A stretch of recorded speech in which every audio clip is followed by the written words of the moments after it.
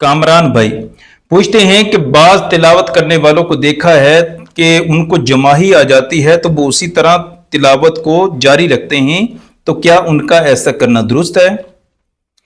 जी मोहतरम, कुरान पाक पढ़ रहे थे, जमाही आ जाए तो कोशिश करें जमाही रोकने की और तिलावत बंद कर दें। जमाही शैतान की तरफ से है, यहां तक हो सके जितना हो सके उसे रोकना चाहिए। अब अगर जमाही आ गई